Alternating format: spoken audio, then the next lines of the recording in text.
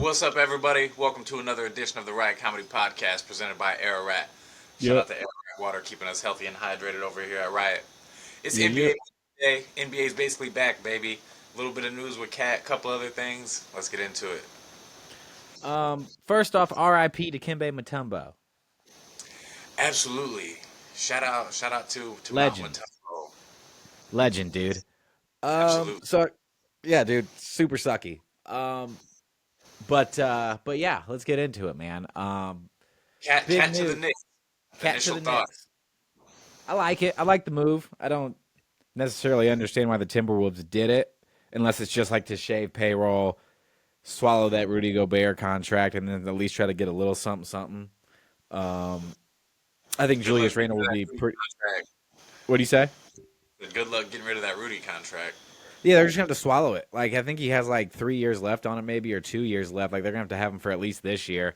I like it in the sense of like if the Timberwolves' main goal is to clear some cap space, try to get some free agents there in the next couple of years, try to because Anthony Edwards won't be in his prime for like 2 or 3 more years. So if your goal is to like try to pair somebody up with him that fits in that timeline just a smidge better than Cat and all those things, I kind of get it. All in all, though, C- grade for the really D+ grade for the Timberwolves, A+ for the Knicks. Though I think that this makes the Knicks instantaneously contenders. Um, Karl-Anthony Towns really is probably the best shooting big man of all time. Straight out of his mouth, he said he was, and people are like, I don't know, he probably is. Dirk. Um, yeah, Dirk can't shoot like Cat. Dirk can't shoot like that. Like Dirk is a better offensive player as far as like give me the ball 18 feet away. Dirk just played in a slightly different era, so it's hard to say that he's a better shooter. But Cat shoots like 5.5 threes a game and shoots Yeah. 40% from three. And when that motherfucker gets hot and he's good to go. True indeed. So I love the move for the Knicks. I think they need to add another big man on their roster. Mitchell Robinson's not healthy a lot, but I mean, we'll kind of see how that goes. But all in all, like I mean, the Knicks are good. Like I think that it makes them more of a contender. I still don't think they're good enough to win a championship, but maybe. I was gonna say, how much of a like are we talking real contender here, or just like that mix of teams that can make noise and cause some disruption? I think they're there. They're not quite like you said, not quite good enough to win the championship, but there's definitely a move out there that they can make before the trade deadline that can get them there. I mean, I think there's a chance that they're a real contender. Like, especially like if Porzingis for some reason isn't 100% healthy, like that kind of changes the dynamic of things a lot. Like Porzingis can't sit in the lane and toss shots when he has to guard Karl-Anthony Towns. Like you can't do that. He'll go out there and score 35. And Jalen Brunson showed to me, in my personal opinion, now we'll kind of see how the development of some of the Celtics players go. But I think if the Celtics and Knicks played it in a playoff series, I think the best player on the court would be Jalen Brunson.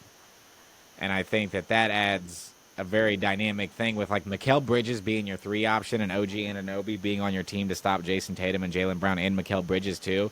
Like your post defense got worse, but your perimeter D got a lot better. So I think that I think the Knicks are legit contenders though. I think that there's definitely a way for them to win a championship.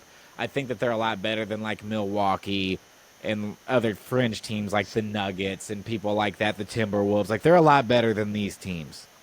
Um, You think if they ran into Milwaukee in the playoffs, you would take New York in that series? I would, yeah, I would. I watching Brooke Lopez play basketball makes me want to throw up. So I think that that alone is enough for me not. I know I like the Gary Trent Jr. signing a lot for not Gary Trent. Was it Gary Trent? It was somebody. I like that signing by Milwaukee, but I think Milwaukee's the fourth best team in the East now. I think that they're worth. I don't think they'll beat the Sixers, the Knicks, or the Celtics. So I think Milwaukee has a little bit of work to do. Chris Middleton's not the player he used to be. Brooke Lopez, like, completely useless at the end of the day.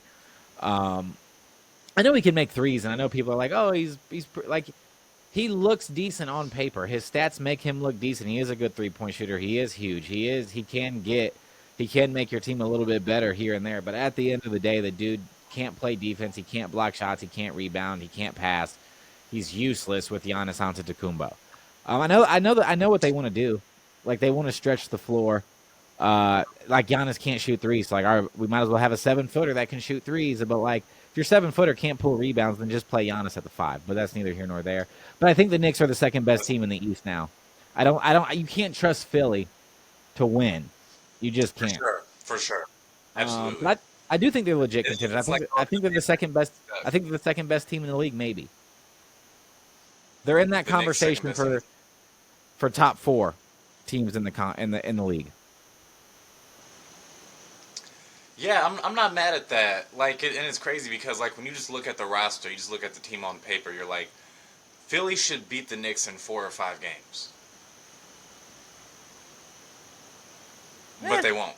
Maybe not. Maybe not. I mean, they have Joel, which is like a really special talent, but like Paul George is past his prime. OG Anunoby can guard him. Tyrese Maxey's good, but he ain't better than Jalen Brunson. Well, of course not, but Joel Embiid is. So like the Sixers' best player is better than New York's best player by a pretty wide margin. I think Is so. he? I feel like I saw Jalen Brunson do more last year than Joel Embiid, and it's not like Joel Embiid played on a worse basketball team. Tyrese Maxey was healthy. Like, everybody on the Knicks was hurt, and I saw Jalen Brunson almost take him to the conference finals. So I can't sit there and say in a playoff series, like, there is a chance that Jalen Brunson is the best player in a playoff series, like, with the Knicks and the Sixers. That's true. And Paul Who would George. you rather have if you were the whole NBA is available right now for one season? You're drafting guys for one season, and these are the 2 best guys on the board. Who are you taking? I don't know. I honestly don't know. I thought Jalen Brunson should have been in the MVP conversation this year. I like Joel's game, and I think he's amazing, but the dude is super slow. And I've never seen Joel Embiid like really, really impress me in the playoffs. Like, I think he had like a 60-point game in the playoffs this year. He played well, but he's never done anything where I'm like, that guy's the best player on a championship team, no question. So That's a fair. and that's why like it's hard for me to take the Sixers, like sometimes even over Milwaukee, because I've seen Giannis be the best player on a championship team, and the Celtics are just super deep. I don't know who I'd rather have. I'd probably take Joel Embiid because of size, and like I know what I'm going to get consistently, but like at the same time, like I don't know, they play a very similar game, even though they're different sizes. They're both kind of foul baiters. Both of them are kind of shifty with the ball. Like, I think it's kind of what over preference or who I had on my team. I know if it's empty, you kind of pick that, but it's hard to say, man. The Sixers have been more disappointing than anything else in the Joel Embiid era. I would agree with that. Although I think the Sixers really only had one chance at doing anything significant, and that was Fair. in 2019.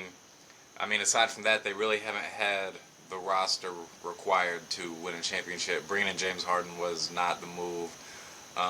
I think Paul George as an acquisition is really good for Philly. Yeah. We've talked about this before. I think it just kind of depends on what his role is. Is he going to be the 2 option or the 3 option? So I think if they can gel and play cohesively, then Philly can dominate. But if they can't figure out how to play together, they're going to be in for a long-ass season. Yeah, I don't think it'll be that big of a deal. Paul George has been the 2 option for years now. And even whenever he was in OKC, like Russ dominated the ball.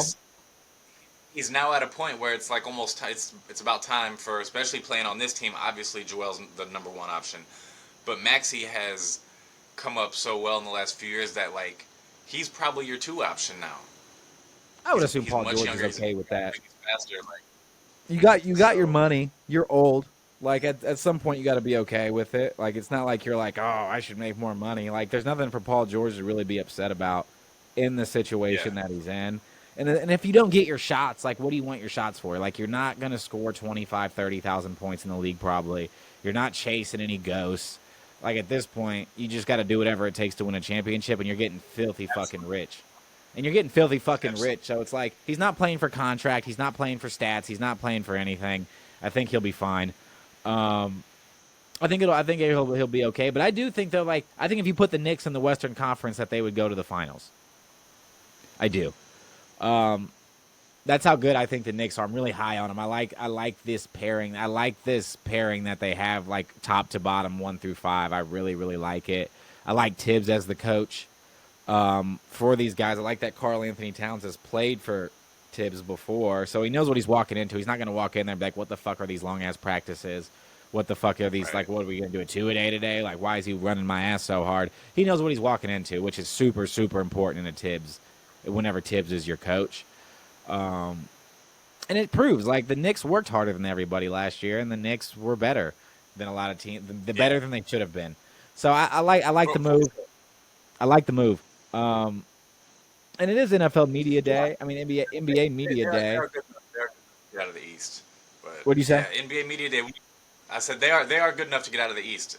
You know, I think if Boston's fully healthy, I think they should win the East again. But like you said, even if something as simple as just Porzingis goes down, New York They're in can trouble. take them out.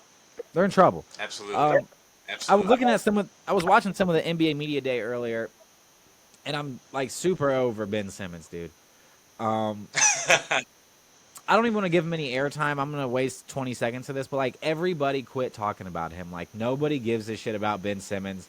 He's probably the biggest bust in NBA history when it comes to money that you paid this person, what he's done since he got his contract, and everything that goes along with being the number 1 overall pick. He has been the very worst number. He's the worst number 1 overall pick of all time. Everybody. And somebody's like, it's just as far as like the hype around you. I'm not mad at that take, because when this dude was playing at LSU, like people were literally calling him Lefty LeBron and all this nonsense. Like, not even expectations. Like I'm talking about, like, take the expectations. I'm talking about how you played your rookie year, how you played your sophomore year, the diva-ness of you, the contract you got given, and then the goal to bitch about anything in life, period, about like Philly fans and like fucking all this other shit about how like people don't appreciate me, and like you refuse to put people around you that challenge you. You refuse to do anything other than be a fucking asshole. So like you are the worst number 1 pick in history. No, dude, this dude has made more money than anybody else in NBA history on a per game basis. On a per game basis of actually like playing in a game, he has made more money than anybody else in NBA history. He's number 1. You're the worst fucking number 1 pick in NBA history. That's an egregious contract that he's been under. Good job, Philly, for setting all that up.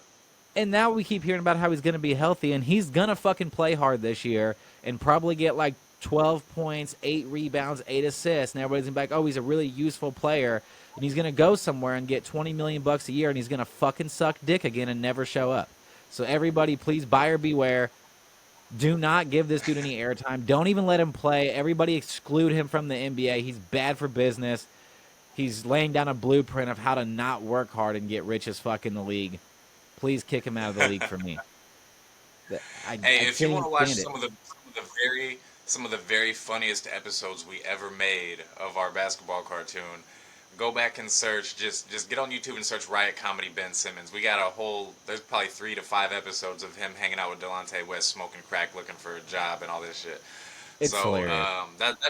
That's some of my favorite episodes we ever did, was the Ben Simmons saga. Whenever he was going through his situation with Philly, couldn't get on a team, trying to find all this and that. But yeah, Ben Simmons. Yeah, we're done with Ben Simmons. Dude, let it go.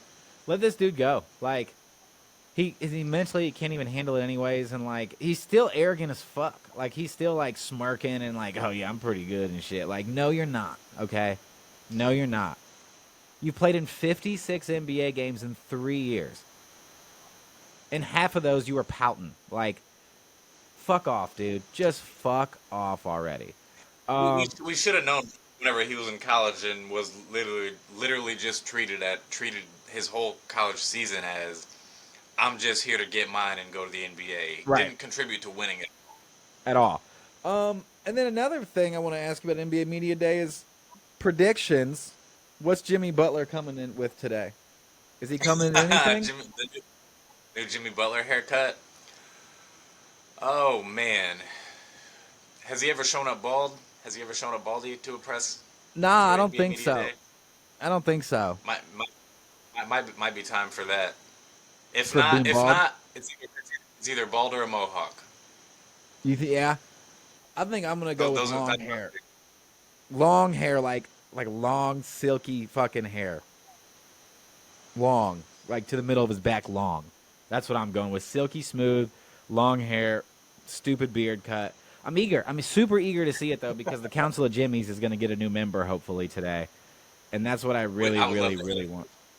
That's what I really want and is a new Jimmy. Is a new Jimmy.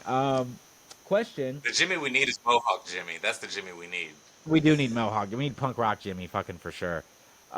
Question for you, as far as kind of like this East shakes out and the West shakes out, you know, are we gonna get the first repeat that we've seen in like what has been 7 years since somebody repeated in the NBA? 6 years. Yeah, not since KD was on the Warriors. Are we gonna get a repeat? 2017, 18. Probably so. Yeah. Probably so. If the Celtics are healthy, they should win. Like, there's no reason for the Celtics to not win the NBA championship if they're healthy again. You wouldn't think. You would they think. were healthy last year and busted everyone's ass, and nobody made a good enough move to beat that team that I watched play last year. Well, here's like the thing about it too is if Jaylen Brown and Jason Tatum get better, which historically speaking, they would be better. They're still at that point in the careers where they should. Where they should be getting better. They should be better this year than next year. Absolutely. Like they should hit their peak not this year but next. Yeah. Like that's typically when you see the way that people age. That 27, 28-year-old season is when they get real fucking good. And if these two dudes get just a little bit better, their team's good enough to break the all-time win record in the season. They won't do it because like there's no point in trying that hard in the regular season, but they're good enough to do it. Yeah. And that's really, really worrisome.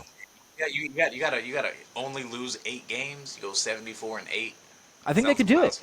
Well, especially since like in the NBA now, like this is kind of the conundrum that teams are running into is like Karl-Anthony Towns was not traded to maximize Anthony Edwards' window down the line like they said.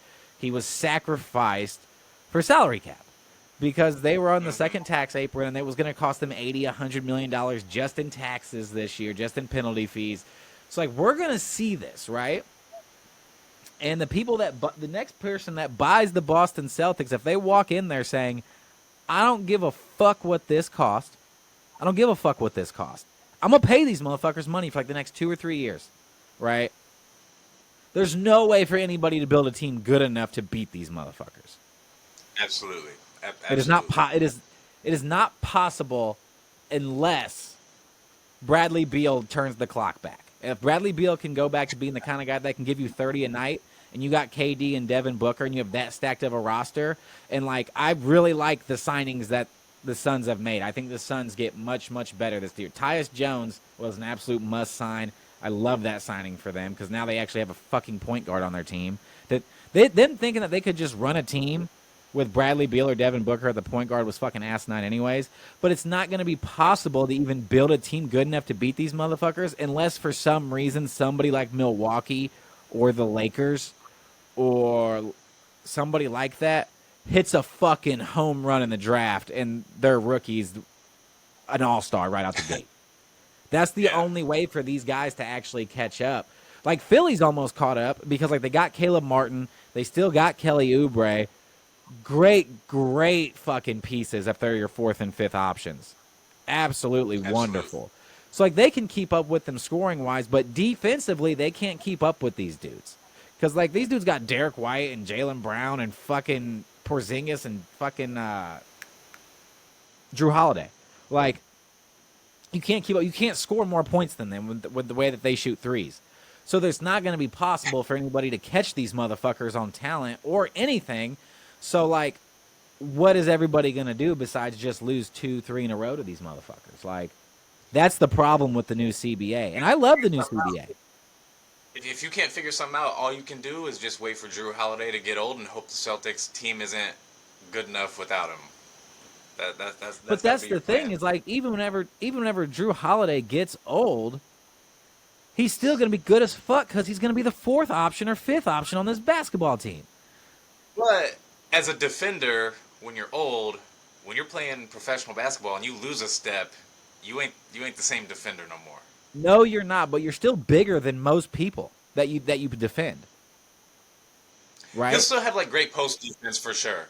And that's the thing, though. So even if he loses a step, just who cares if he's 2 or 3 inches shorter than the small forward? He can't outrun him, and he's still strong as fuck. So you can just switch him and then move Jaylen Brown to guard the 1, and Drew Holiday's still going to rain open threes. Like, their team is built so good that it almost doesn't fucking matter what happens to everybody besides Tatum and Brown because they can plug so many different holes.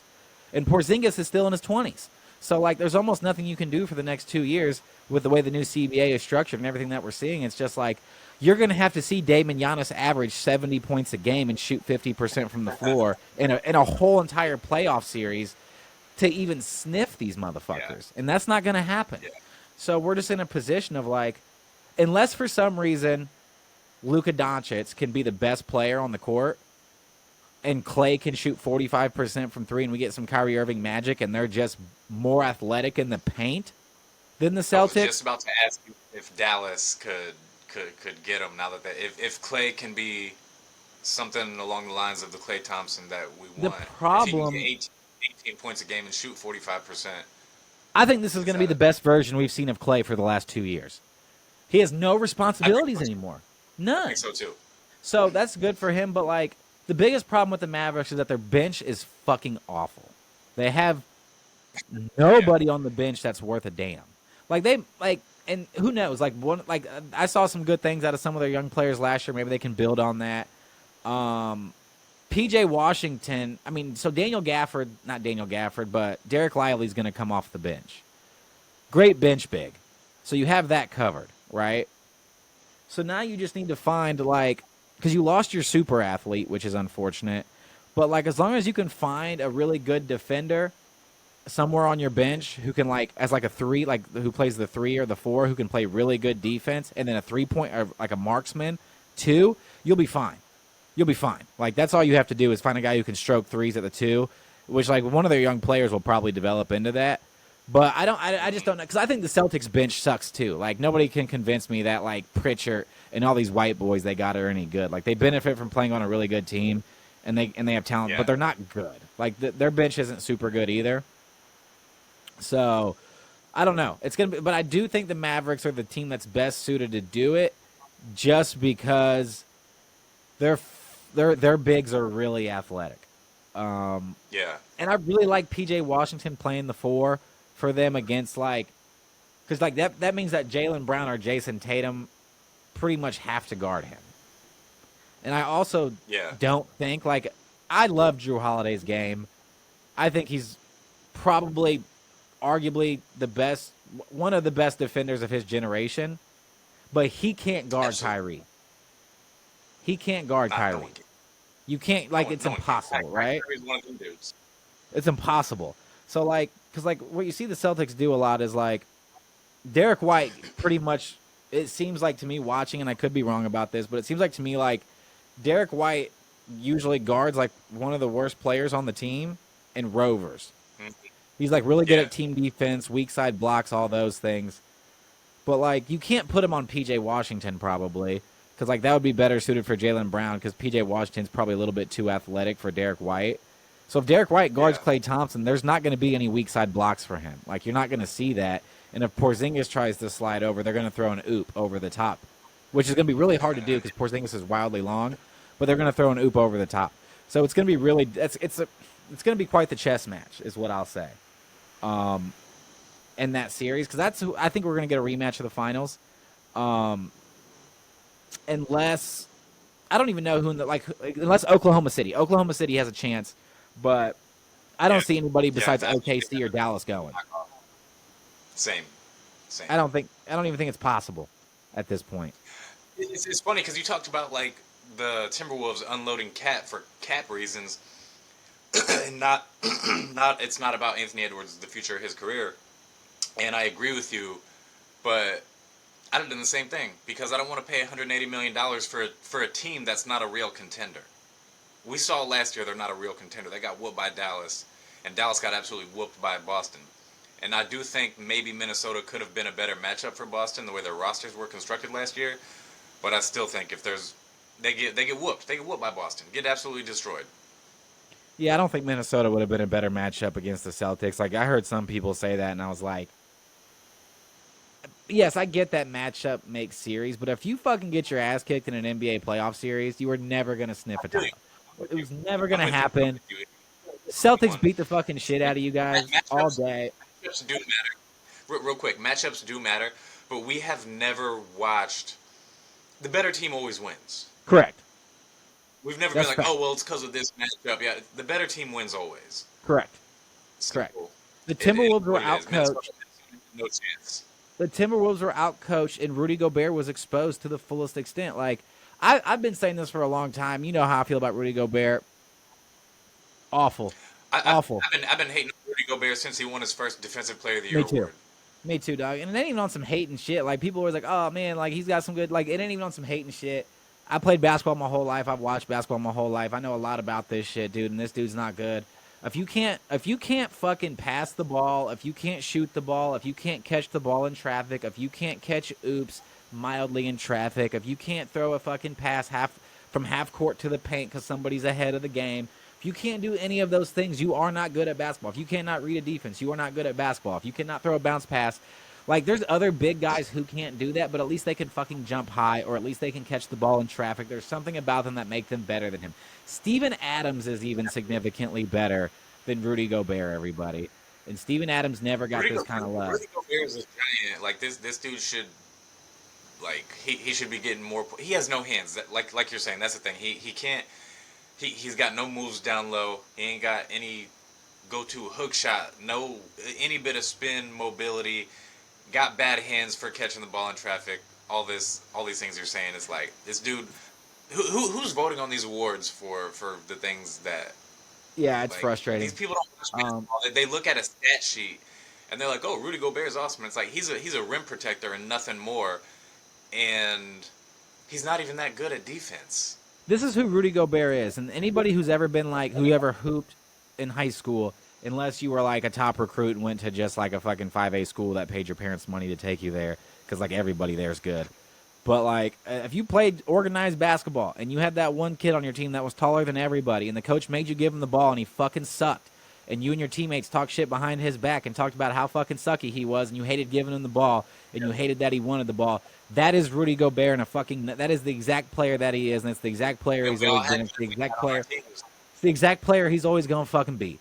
And if you're the Timberwolves, whatever you had to attach to him to get rid of him, that is what. I don't care if you attach I don't care if you have to attach Karl-Anthony Towns to him.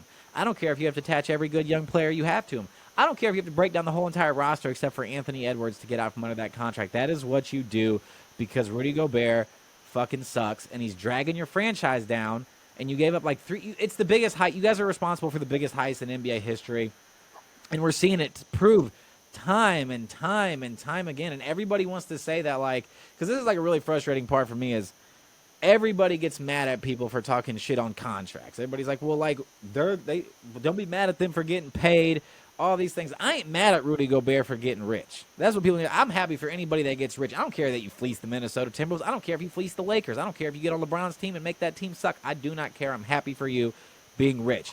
But there are expectations that come with getting paid like you're one of the best players. And if you can't handle those expectations, you should have never been paid that much money. Like, people hate on Shaq. They're like, leave Rudy Gobert alone. No. Rudy Gobert is going to ruin it for players getting max contracts. And the new CBA's done it too. Like, I've told everybody this. Like, there is no more max contracts for NBA players. Like, people are like, this player deserves them. Julius Randle will not get a max contract in free agency because of the new CBA. Nobody gets them. You're going to start seeing where only like maybe 20 guys at a time have a true max contract, unless like you're the dick sucky Pistons and you just have to hand them out to your rookies because they're going to leave if you don't, like your young players that are mildly good.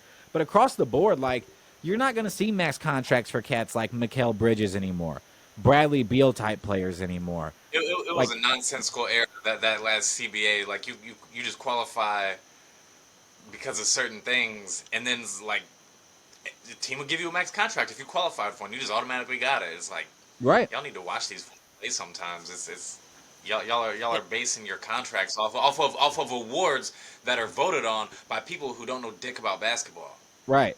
And that's the thing. And I'm super excited about it because I think it'll create more parity in the NBA. And I'm also super over, like, because you want to see teams get better, right? And then it's impossible for teams to get better because they give cats, like, it's just like, remember, like, 10 years ago, 12 years ago, when like Evan Turner got fucking paid and Alan Crabb got fucking paid and all these fucking super mid-grade motherfuckers got paid because all of a sudden there was an influx in money and people didn't know what to do with it. Now people have to be more responsible with their money. Like, even for instance, like the Oklahoma City Thunder, Shea Gilgeous-Alexander is a 100% max player. Are you going to give that to Chet?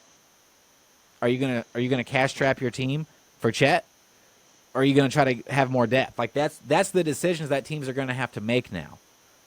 And I like it. And I think that it moves some pieces around the board and shit. And that's the main reason why Trae Young didn't get traded this year. Everybody was like, I don't know if having this max contracts on my books is going to be worth not being able to get another max player, or if I have another max player, being cash strapped with the new CBA. I don't know if it's going to be worth it. And I think Trae Young's worth it. Like, if you're the Lakers, like, it was dumb not to go get him. I don't give a shit what anybody says. That was dumb. That was dumb. You guys are dumb. Especially since LeBron was like, I'll take less money. Okay, cool. It's like, you'll take less money. Awesome. We still have our low mid-level exception then, which is like $11 million. Like, we'll go get somebody with that, and like, we keep Austin Reeves. You know, we got that Connect guy from, or whatever, that white boy from Tennessee. Like, hopefully he can like transition into something being pretty good. And at least now you have a starting five that's mildly respectable. And that doesn't include D'Angelo Russell. But cats like D'Angelo Russell, like, you gonna have a hard time getting paid in the offseason. It's gonna be impossible. It's gonna be impossible for you to get paid. Julius Randle, like, the Timberwolves are probably gonna be able to keep him for $30 million a year if I had to guess. Like, no one else is gonna pay him more than that. So it's gonna make it to where a lot of these guys lose a lot of fucking money from this. And I'm here for it. Like, you can't be giving Rudy Gobert max money. Like, even the Cavaliers, like, one of their players is going to be available soon. Like, is it going to be like Josh Allen? Is it going to be Evan Mobley? Is it like, this will be the last year you see that team paired together unless they make a deep run? I honestly don't think this new CBA is going to change things too much. You're still going to have bad organizations that make bad decisions that have done it their whole time they've existed, and and the good organizations are going to make good decisions. So you're still going to get people giving terrible contracts to players that they shouldn't. Absolutely. It's just, some front offices just don't have a clue what they're doing. You couldn't even give them instructions on how to run an NBA team and have them be successful. Agreed. And that's what I was saying about, like, you know, if you're a shitty Hornets team, like, you're just going to have to keep giving, you know, cats like LaMelo Ball max deals. Yeah, you're just going to be forced to do that because nobody's going there even pretty much. Yeah, like, people, like, you have to hand out some extra money and shit, but I'm just excited to see, like, how these teams get built now, because you're going to have to build a real team. Like, there is no more throwing talent together and seeing what happens. Like, that's off the table. Like, the Suns are fucked. And the Suns didn't even know, like, the Suns did this before the new CBA, which they probably knew it was coming and were like, fuck it, we'll worry about it later. But, like, they're in bad shape. But that does it for today's podcast. We're running a little over on time. Just wanted to go over some of the things around the NBA. We're going to talk about NBA rule changes next episode. We're going to get into some NFL stuff as well, because, boy, howdy, does Derrick Henry look good at football. And I want to discuss some things about him. I've always been infatuated with him, so I want to talk about some of these. Like, now that we're starting to get to week 4, week 5, we know what teams are pretty good. Yeah. So we want to go over these things. Chiefs squeaking out dubs, all those things are going to be talked about. So we'll go over all that shit soon. We appreciate y'all fucking with us, though, heavy, and we'll get at y'all. Thanks for rocking with us. Have a good one, everybody. We'll be back soon.